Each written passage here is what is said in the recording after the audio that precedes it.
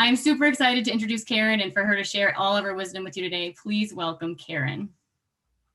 Thank you, Sarah. Thank you for all that information from my bio. So good to see all of your faces this morning, even though on Zoom, I kind of love Zoom because I really get to see up close and personal every person that's on here. So I appreciate you coming. So I just want to start by telling you that I was the epitome of an uber eager overachiever. I said yes to everything, whether I wanted to or not, whether I had the time or not.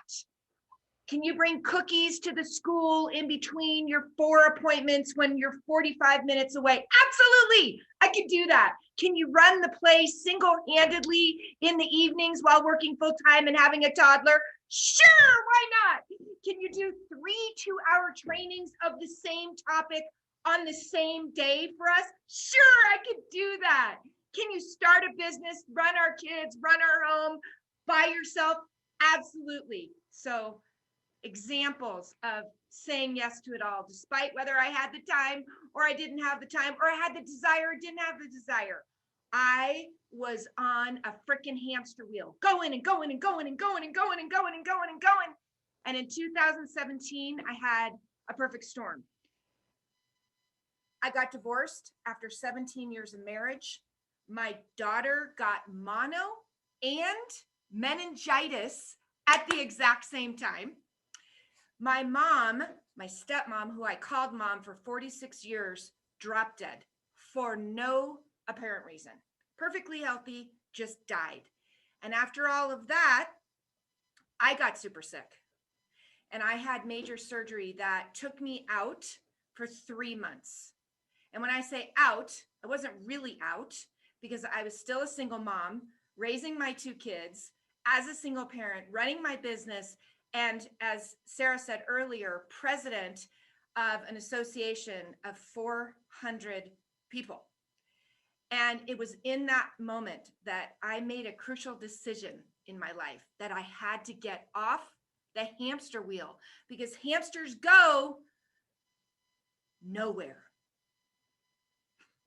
So I made the realization that I could choose what I do with my time and choose who I would spend it with. And I came to the really hard conclusion, or the really good conclusion, that time is non-refundable. And it became my number one goal to figure real and practical ways to manage my life so it could be more balanced, more blended. I still say yes all the time. I haven't changed as a person. What I learned is how to say no and how to organize myself around my yeses more effectively. And I've developed strategies and around that I'm going to share with you today in our time together. Full disclosure though, full disclosure, I don't have this down. I practice every single day. And some days, and Taylor would tell you, she works with me, some days I fall on my face. I fail. I go back into old habits, but I get up the next day and I start over, because here's what I know, having gone through what I did in 2017. Time and how we spend it is one of the most important decisions we make every day of our lives. And so that's what we're going to talk about today, is time.